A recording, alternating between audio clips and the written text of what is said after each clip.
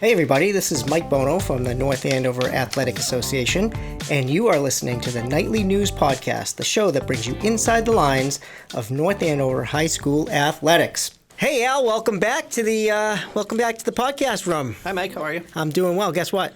What? We have another townie in the room. That's right. We have another townie. It's incredible. Our special guest today is Dr. Greg Gilligan, Superintendent of the North Andover Public Schools. Dr. Gilligan, thank you for joining us. I'm thrilled to be here today, guys. Thanks for having me down on the podcast. And you're a lifer. You're a North Andover High. Close. What? Close. Yeah, I did 4 years of public school in North Andover, graduating in 1991. All right. Cool. Yeah, and so prior to becoming superintendent in 2018, you were an assistant teacher, you were a history teacher, you were an assistant principal, you were a principal, you were assistant superintendent. Like, you've done it all. You name it, I've done it. I've done a lot of lunch duty, but I started out as a one-on-one aide at a middle school. I had worked in college admissions out in the Midwest and coached football out there at McAllister College in St. Paul. Then I became a night school teacher, then high school history, high school vice principal. Then I went down to the Thompson School for 4 years as the principal.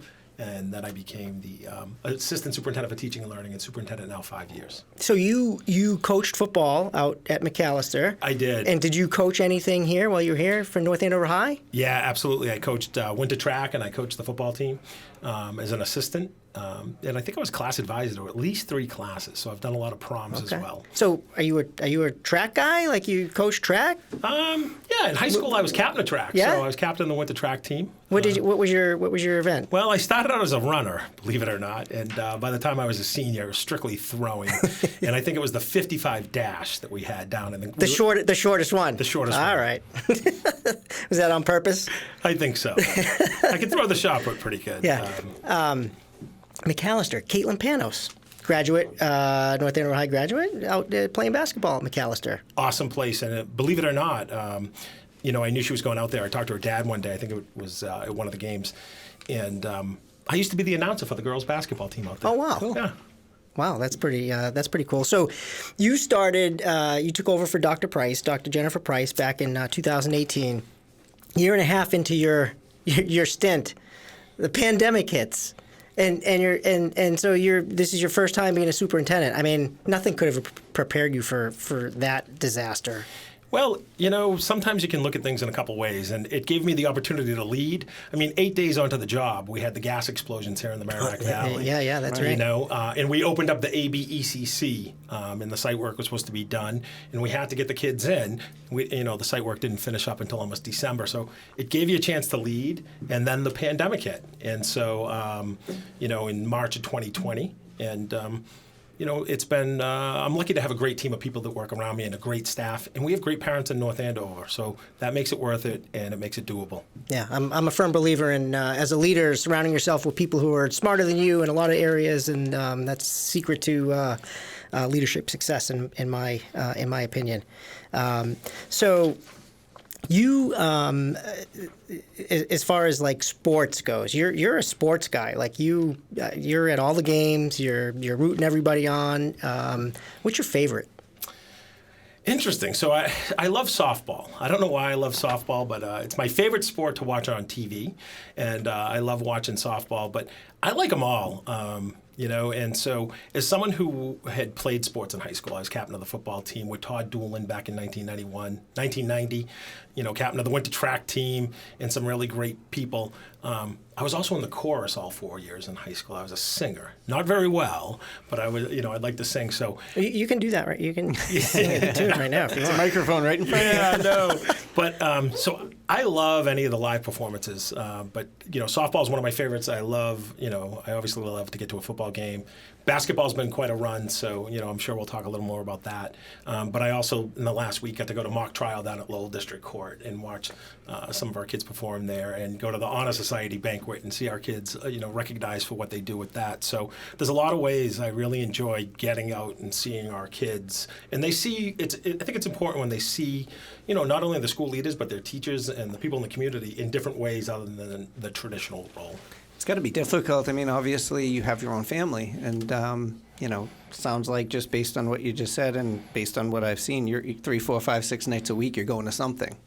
You know, talk about that. Talk about that a little bit, the balance and the difficulty. You know, I think that's a challenge. I have a really terrific team, whether it's Dr. Mealy, the assistant superintendent, you know, Lorene Marks, Erica Murphy, Cheryl Barzak, the head of nursing, all of our principals, great staff. But, you know, you do have to try to strike that balance. And so I find it fortunate that I enjoy live performances. So whether I go to a play, whether I go to an athletic event, it is kind of, you know, it gives me energy seeing people and talking. But it is trying to find that balance sometimes can be hard because you are on call, particularly like this last week with the weather. You know, It's 50 degrees today, I think. And just a couple days ago, you know, we had the snow coming down pretty good. So I guess on that, you know, you wanted to be on this podcast. And so we you know, you're in the hot seat, and we don't shy away from the tough questions. There's been a lot of controversies over the last number of years at North Andover High. And so I want to bring up snow days. there you go. I want to bring up snow days. Now, Haverhill this week, they actually had school the other day, and I think they got lambasted for it. The end of February, we had no school for an inch and a half of snow. So everybody wants to know, like, what goes into calling a snow day if you're Mr. Gilligan? All right. So I had a really good record in a run for 5 years, knock on wood. You know, until we had... Does somebody keep the statistics? You keep them? I keep them. All right. All right. Until we had that day where everyone canceled basically in the entire state. I think the governor said all non-essential personnel to stay home. I can tell you, superintendents don't have a degree in meteorology. I don't think the meteorologists do either. Anyway, keep going. Yeah, I don't either. You know, so that was really the first one, and you're only as good as your last performance. So, you know, we were coming up on this week, and you know, it was a tough one. You had a lot of forecasts saying it was going to be rain, rain, rain. And so, you know, I talked to, you know, our operations. I talked to Jim Mealy. Most importantly, though, I talked to the folks from the DPW, the foreman on call. And it's often we're talking at 4 in the morning. Oftentimes I get in the car at nighttime and I'm driving around, checking the conditions. And I think that's the benefit of living in town. But it can be a challenge. So, you know, my thinking the other day was this. No one around us had canceled. And I saw that we could have a lot of snow, and we ended up getting a fair amount, you know, 5-6 inches in a matter of 4 hours. And I thought to myself, you know what, if we do a half day and we give the parents the notice the night before, because as much as we want to tell them the night before, we're not always able to do that. But in order for them to plan, so we called the half day, and I figured if it was rain, I'd probably get some complaints and say, you really blew this call. But I didn't want to get stuck in the situation where we had a full day of school, and now we have everybody trying to get home at the same time. In that weather. And that was the worst of it was between 1 and 3, probably 1 and 4. So Absolutely. And so you always, you know, safety's always first. So, you know, we might have to go an extra day. You know, in this case, we'd be coming back after, you know, with another snow day. We would have been we're getting out on a Friday the 15th. Right. Then it's a 3-day weekend with the holiday of Juneteenth on June 19th. So we'd be coming back on the Tuesday.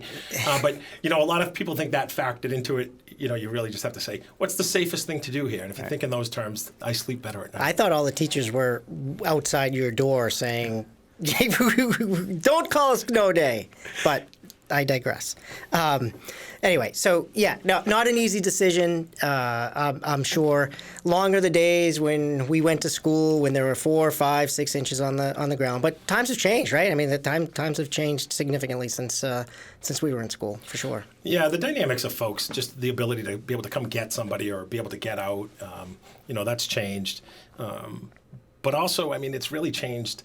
You know, sometimes we get a call in the office and it'll say, you know, I saw it on Twitter, I saw it on the webpage, but I didn't see it on Channel 4, but it was on Channel 7. Are we really out? And I say, yes, we're really out. You know, so it's something folks look forward to. And we haven't had a lot of snow the last couple of years. Yeah. So. Do you remember that Bill Belichick interview where he was being questioned about, you know, preparing for the weather? And he's like, you know, if I relied on if the weatherman, if I did my job like the weatherman in woman, he would have been fired a long time ago. So I always go back to that Bill Belichick interview. It's actually right. absolutely. Yeah, I mean, if you just look at the last forecast, I mean, it was anywhere from we're going to get 2 inches of snow to we're getting 14 or 15 inches of snow. And you know, you don't see that too often. And within 30 miles, there were places that got probably 2 or 3 inches and places that got 14. It was, you know, I have cousins in Derry that got 1.5 feet. We got, what, 6, 7 inches? Yeah. You know, it's not that and far. Fitchburg had 21, I heard. Yeah. So. Well, anyway, so we got the tough question out of the way. Thank you for answering that. Really appreciate it. So back to athletics. What role do you, I mean, you sort of touched on it earlier, but what role do you feel like just athletics plays at the high school especially? It's an incredible role. Playing sports teaches you so much about leadership, about communication, teamwork, discipline, and really hard work, and about setting goals, logical outcomes, and predictable results. Also being part of a team. I think one of the best things that sports does in athletics for our students is it teaches us, as when we're playing, how to handle failure, and when things don't go our way. So those are all practical skills that you can practically apply to the real world. And so a lot of what you learn in life is, it has to do with what you learned in athletics. Yeah. And so you have 2 kids? I do. In the school system? They did. They had gone through. My daughter's in college. Oh, your daughter's in college. Okay. Yep. So that was quick. They're Holy very smoke. quick, yeah. And my son, he did. He graduated from Thompson in the middle school. Yes, So. he's my daughter's Yeah. grade. So what do they play sports? Did they play sports? Like what? My daughter was more. They're really different in a lot of ways. She was more. She ran cross country when she was in high school, but she more of a theater. Okay. Thespian, also poetry, writing, instruments, singing. When my son's been more of an athlete. Basketball, I hope. I mean, I think in 6th grade, he was about 6'4". He's 6'5" now. He's 5 inches taller than me. Oh, my God. So, he's playing some basketball and baseball and played football for the first time this year. So that was good. Can he dunk? He can. Whoa. Nice life. Yeah. That's pretty good. And as far as, your involvement in high school sports, do you have any relationship with the NAAA? Like, do you have any communications with them, or is that more Chet, Steve level? It's a little bit more Chet and Steve. The MI2A, they typically deal with the administrators, and if you communicate with them, you have to have there's a secret line, I think, that you have to be able to get. If you go to their website, it can be difficult to navigate. So as superintendent, I don't really have all that much involvement with, the day-to-day operations, but I know Steve and Chet do. Particularly around tournament time. This week I know Steve had worked quite a bit, especially with the postponement of the playoff game in basketball. Yeah. Can you maybe fill us in a little bit? I know people are asking, and you might not even know the answer. Where do things stand with that middle school project, the field project? Do you have any idea? Well, before you get to that, I can tell you we're planning on breaking ground on a new 26,000 square foot addition for the middle school this summer. Yeah. Greatly needed. That's the academic building. That's the academic building. In terms of the fields project, I know a bit about it. So there was a lawsuit. I think it was around the turf. I think that's been settled, and there's some litigation going on, I believe, with the property lines. Okay. On the other side, and I know that I thought this past fall it had got, that was starting to wrap up, but nothing definitive yet that I know of. I was gonna ask you about the middle school project. I think it was fiscal year 24, which starts in July. Maybe talk a little bit about that. I during the pandemic, I was driving down Main Street and there was a sign that said, "We need substitute teachers." So I raised my hand and I was a substitute teacher. I was like, "You got to be kidding me!" I mean, the teachers are trying to turn on the heat with scissors through the grates. They're keeping in some rooms they keep the windows open because the heat's too hot. So it's not being torn down and replaced. You're adding on and doing renovations to the whole thing. Is that accurate? Absolutely. So, we've been fortunate in the last few years. We're building a new Kittredge school with 50% reimbursement from the state through the MSBA. That's the year after. That's 1 year after. That'll be after that. Yep. And we have the middle school project going through, as well as renovations at the other schools, which were needed because, we've really tackled class size at the elementary. Building the Brad Street really helped us do that, and the last few years, we've been able to add more staff, and that's something North Andover needed to do for a long time. So I'm really proud of the fact that we've been able to put people on the front lines that have to teach. Now, you have to remember that the middle school opened up in 1954 as the brand new North Andover High School. Right. So, where the current office is now, my office, central office across from Kittredge, that was the Johnson High School. Built in 1867. Before the police station. Before the police station. That was Johnson High. Wow, I didn't know that. 1867 to 1972. And, where the current high school is now, they built a new school there in '72 with no walls. And that's the high school that I went to. That came down in 2004. So we've had 4 high schools, but the middle school's built in '54. It's got some age on it. They did a renovation at some point, but it is one of the bigger middle schools in all of Eastern Massachusetts. In high class, we've had higher class size there, and there's just physically nowhere else to put staff. Yeah, and that's you hear it at town meeting and in other areas where people are concerned about overdevelopment in North Andover and how are the schools going to be able to handle capacity. And I know you and Dr. Mealy have sort of addressed that, but I don't know if there's anything you can mention just about people's concerns when it comes to being able to accommodate the projected potential growth of the population. Yeah, so I mean, we're slightly down a few students from where we were about a decade ago for a whole host of reasons. A lot of times it has to do with birth rates, things of that nature. But we're expecting, and we think this is pretty accurate, over the next 10 years to get about 30 students per year for the decade. So about 300 more students, and with the Kittredge project, with the middle school project, we'll be able to handle that infrastructure. So we've been able to tackle class size at the elementary. We'll be able to tackle it a bit more at the middle. At the high school, we added a bunch of new teachers a few years back with a new schedule. But what people often don't understand is, like, when the Kittredge school was built in 1949, there weren't the spaces needed or at the time required under federal law for occupational therapy, physical therapy, right. speech, special education, reading, English learners. This is a remarkable town. We get the strength of our town is the diversity. I mean, we have 31 different languages within our school system. Wow. And a few years ago, the graduating class that was a little over 400, they had 25 kids born in 25 different foreign countries. Wow. Yeah. So, Do you? This is something I forget who I asked on the podcast previously, but I'm curious from your vantage point. You're in touch with the principals, obviously, and the teachers coming out of the pandemic. Like, as far as the long-term effect, can you just comment on that? What you're seeing?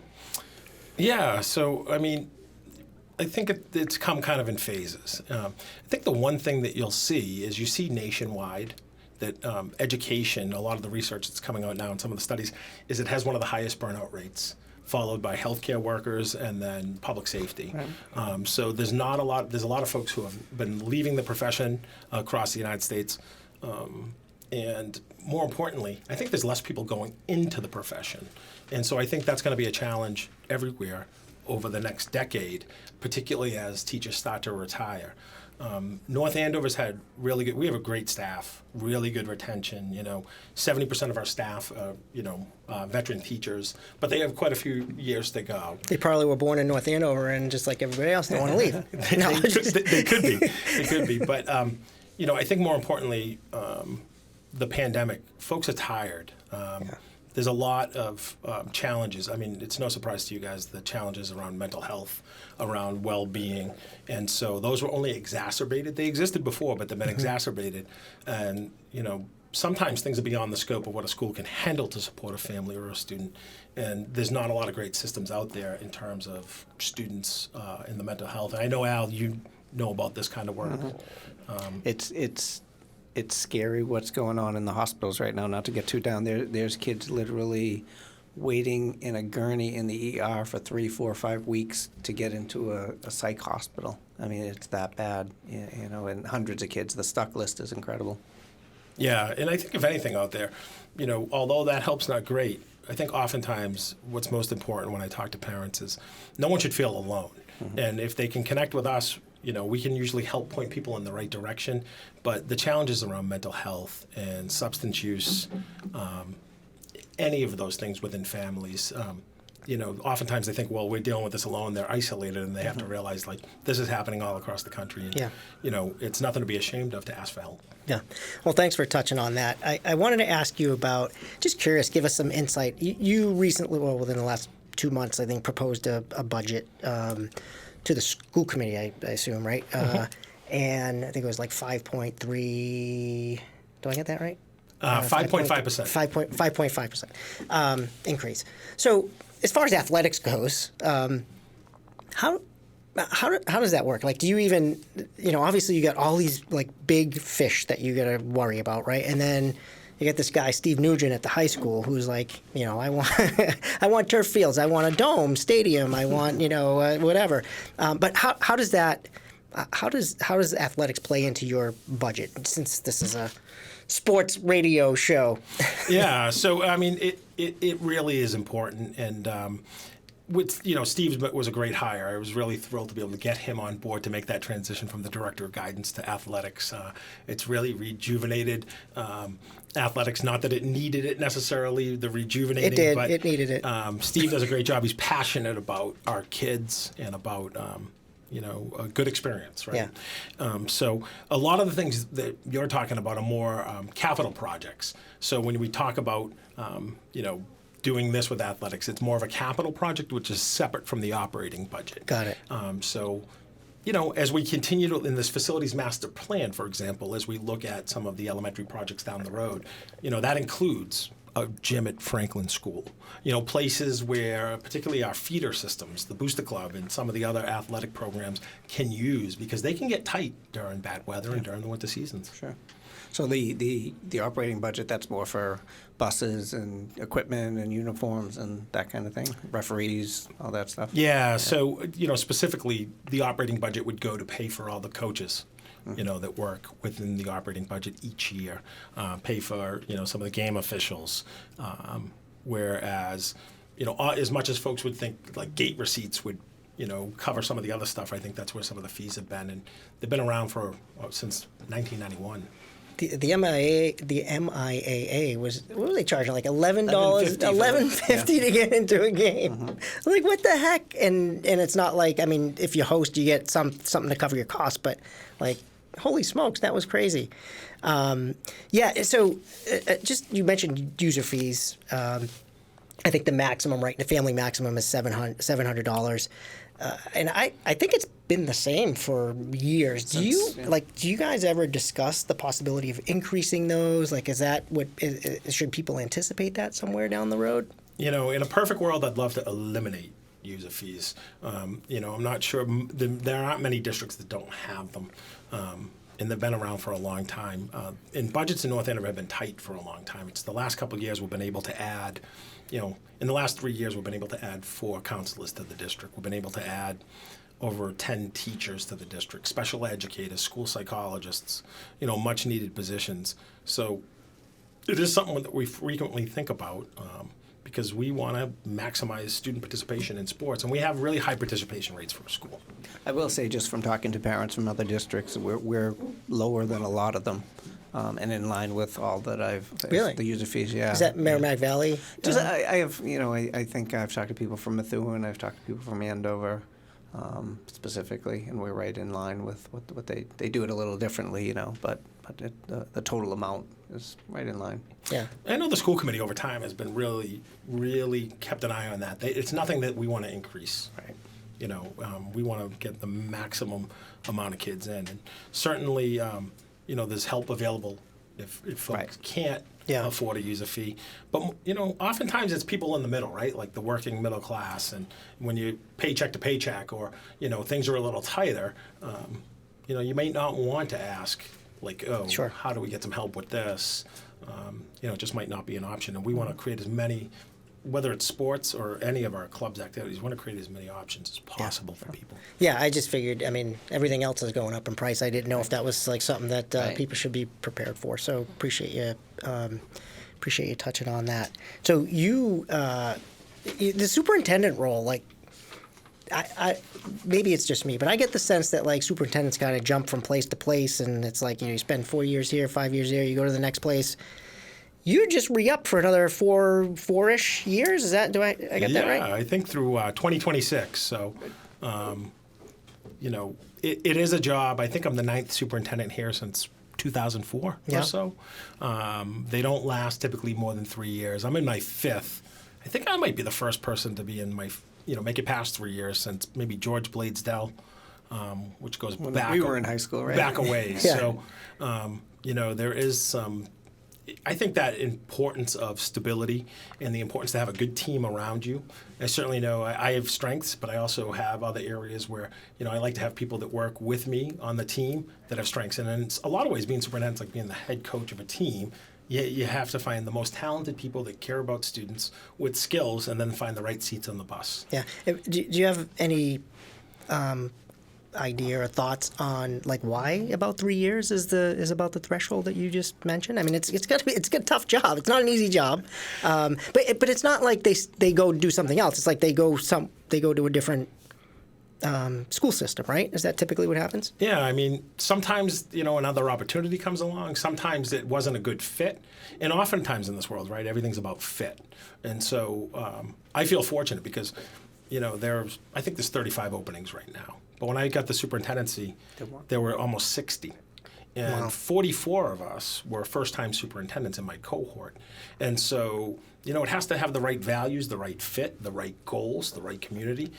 Because if your values don't match up with the community values and those beliefs and really like those raised values, then it can be a challenge working in a place. And, so you see some people leave, and then other places, it doesn't go well. And it's in the benefit of everybody to kind of go try something different. You were an assistant before, assistant superintendent. Gas leak aside, COVID aside, what's the thing that surprised you when you became the superintendent that you didn't expect to, have to deal with, or the thing that was like, well, I didn't realize that this was so difficult? Well, I think, all of us, I think with anything, it's kind of, I think until you actually sit in that seat, you're kind of like in the batter's box or the warm-up circle, I guess it would be. Coach Doolin probably have to help me with that warm-up circle. And you're thinking, oh, boy, I could do that. I could probably do better than that. And you Monday morning quarterback a little bit. But until you're in the seat, sometimes you don't understand the incredible complexity of particular issues. And, the most important thing I think that I have learned is you really have to hear from people's perspectives and suspend the belief that you know the truth about anything. Oftentimes, you're talking to people and I wasn't there, but it's really hearing their perspective, what their, main concern is or what they want to do, what they'd like to see happen, and how can I help? Our job is really here to help and support families and give everyone equal access to an excellent education. So I think, oftentimes you'd say, well, that might not be that hard. And then you get in it and, you work with a lot of folks and, you can have differences of opinion. But I value that difference of opinion, and I never worry about folks advocating for their own kids. That's what your job is. Yeah. Do you have relationships with the surrounding community superintendents? And do you ever bet against any of these playoff games against them? No betting. I've never been a bettor. Nobody's listening. Don't worry. You can. I've never been a bettor, but and I don't think you can bet in Massachusetts now. I was reading something about the new betting laws. You can't bet on high school. No, I know you can't bet on high school, but I'm saying you can't bet on what? You can't. I saw in the newspaper last week at the Globe, they were betting. Now that you can bet legally in the Commonwealth on college games, you just can't bet on any games taking place in Massachusetts. Oh, gotcha. So I guess a few slipped through on Merrimack and UMass. Oh, really? Okay. Okay. But yeah, no, I'm really fortunate. I have a great. I had an awesome coach coming into this. I belong to a new superintendent group. I had a coach named Matt King. He lives in Boston, but he had been a 40-year superintendent. And I also have a really big network through Boston College where I got my doctorate. So besides that, the Massachusetts Association of School Superintendents, I'm pretty active with that group. So I'm in touch with quite a few superintendents on a regular basis. And locally, I've had really close relationships with the folks in Lawrence, Andover, Methuen, Haverhill. When Chet was on, Principal Chet Jackson was on back in August, another BC undergrad degree from there. And we were saying that, I was looking at the BC football schedule, and I said, well, maybe we could get BC to play North Andover High, given the strength of their schedule. So maybe between the both of you guys, you have some pull, and you could get them in here for a scrimmage at least. It's a possibility. On the flip side, the baseball team is like 12-2 right now, just FYI. So they are. Yeah. So that baseball is like at the baseball and girls lacrosse. Well, they won the national. Like those. That's kind of like what's holding BC together right now from an athletic standpoint. Absolutely. Magic wish question. So we do this in therapy with kids a lot. What if you could pick one thing you'd like to see for the North Andover schools in the next 3 to 5 years? What would that be? The most important thing for me in the North Andover Public Schools is always, I want all students to feel a sense of belonging. And we have wonderful, a lot of our kids have wonderful relationships, but I think it's really important if we can just have, whether it's through our advisory program at the high school or the responsive classroom at the elementary, if we can just have kids really trust one adult that they connect with kind of outside of the academic day, and really feel that sense of belonging. And there's just so many diverse groups and offerings, and particularly when you get to high school, everyone kind of gravitates towards their area of interest. And I'm always really surprised at like how many the different offerings and groups that we have, either formal or informal.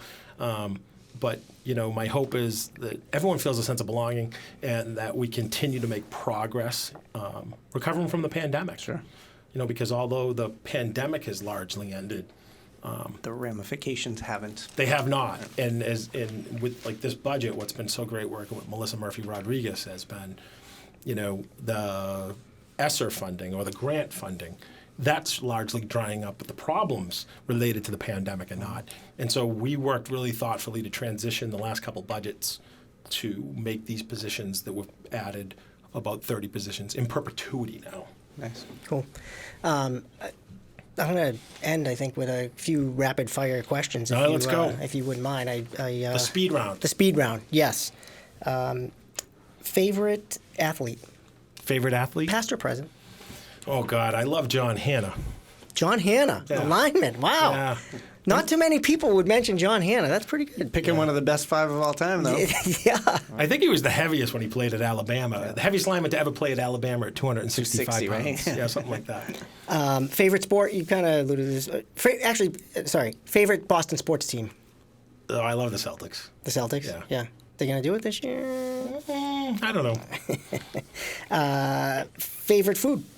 Chinese. Chinese. China Blossom? I live right behind the China Blossom. So. No wonder. Favorite North Andover pizza joint? Be careful. Oh, Be careful. boy. You could get in trouble on this one. Favorite North Andover pizza joint. So I am Starches. I know your daughter works at one. Yeah. My daughter, she works every time. She worked all year at Starches. She answers the phone, takes the orders for Terry, and he is just an amazing guy. And I love his pizza. And talk about him for a little bit. Like I know I think he donated like dinner yesterday for the basketball team, and I mean all the things he does for the athletic programs. Guys, Terry Holland is one of the most remarkable human beings. He goes about a lot of things where he donates, and he's been doing this now. So this is my 25th year in the district, and we've worked on a lot of different things over the years. And Terry's been doing this without fanfare, not looking for any credit, now for 20 years.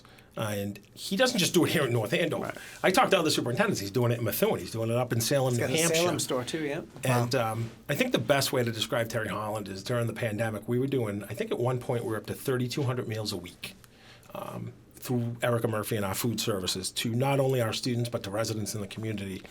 And Terry came by my office one day and he gave me 500 gift certificates signed by Terry, and it was for a free small pizza, free sub, or a free salad. And he said, give these out to kids you think need them to get something to eat over the weekends. And that's the kind of person Terry is. Yeah. Oh, he loves North Andover through and through. That's awesome. Yeah. Oh, that's great. Last question. Yes. Who's going to win the NCAA tournament? Who'd you pick? Do you have a bracket, or do you have a following? Do you even know who's in it? Well, I had Merrimack College. I thought they were the automatic bid after beating Fairleigh Dickinson. I know. Next year, they're able to get in. I don't know. This is a tough one. This is one of the first years I didn't do it. My brackets. How about you? You guys, who do you guys have? I picked Marquette. I picked 2 Big East teams only because I've been following the Big East this year because my son goes to a Big East school. I took Arizona. Arizona. I get Marquette and UConn in the final. So. Got it. There you go. I think North Andover's deep run into the Elite Eight and the girls. Final Four boys. Yeah, and then the Final Four, the boys. I got to see 3 of the boys' games, and I saw at least 5 of the girls' games this year. At the Christmas tournament, I think the win over Methuen was one of the best games I've ever seen. Yep. And then they played so tough versus Andover. But that Andover team is very good. Last Friday night over in Andover. Yeah. And the boys had quite a run with wins over. I mean, New Bedford was a tight one at the end, but then they really took it to Springfield Central. Yep. Waltham, what a game that was. I mean, Yeah. I was having heart palpitations there at the end. Well, we're lucky to be in a hotbed. We talk about this quite a bit. A hotbed of just quality high school sports. I mean, North Andover, but also the surrounding Whole communities, MVC, and it's fun. And it's fun to see North Andover excel in a lot of it. You talk about basketball, but the swimming, right? Boys swimming. We got the indoor track, which is another Ryan Conley, I think, a state championship. So The relays they won again, the boys. Yeah. Girls came in 4th or 5th, I think, maybe. Yeah. Yeah, I get to go over Reggie Lewis this year and see one of the track meets on a Saturday or Sunday. It's fun. All of our sports, I think that's the most amazing thing. We have wonderful staff that are dedicated to our kids. We have kids that are really dedicated to the programs, parents that are supportive. The NAAA, which does an amazing job helping support everybody. But I think the crazy thing is North Andover High is only about 1,350 students. And so when you say it's 1,400 for easy math. So now we're talking 700 boys, 700 girls, right? And so they are like, we play one of the most competitive leagues in all of the Commonwealth. Yeah. And so some springs, I'm like, how are they this good in baseball, softball? I don't know how many people Nugent has out there on outdoor track. 240 as of last week. Lacrosse, you name it. Like it's pretty remarkable to have that many talented kids. And the other thing in North Andover, we have a lot of kids who are talented across different seasons. And there's more kids specializing now. Yeah. Is what they tell me. But we have more kids too that also play everything. But also, forget about sports. They're also a National Honor Society. They're also, I know some that do band and sports. It's really great to be part of that. So, guys, I really appreciate you having me on today. yeah, thank you. Appreciate all your insight, and best of luck the rest of for your spring season. And we'll talk to you soon. Thank you. Thank you, guys. Thanks.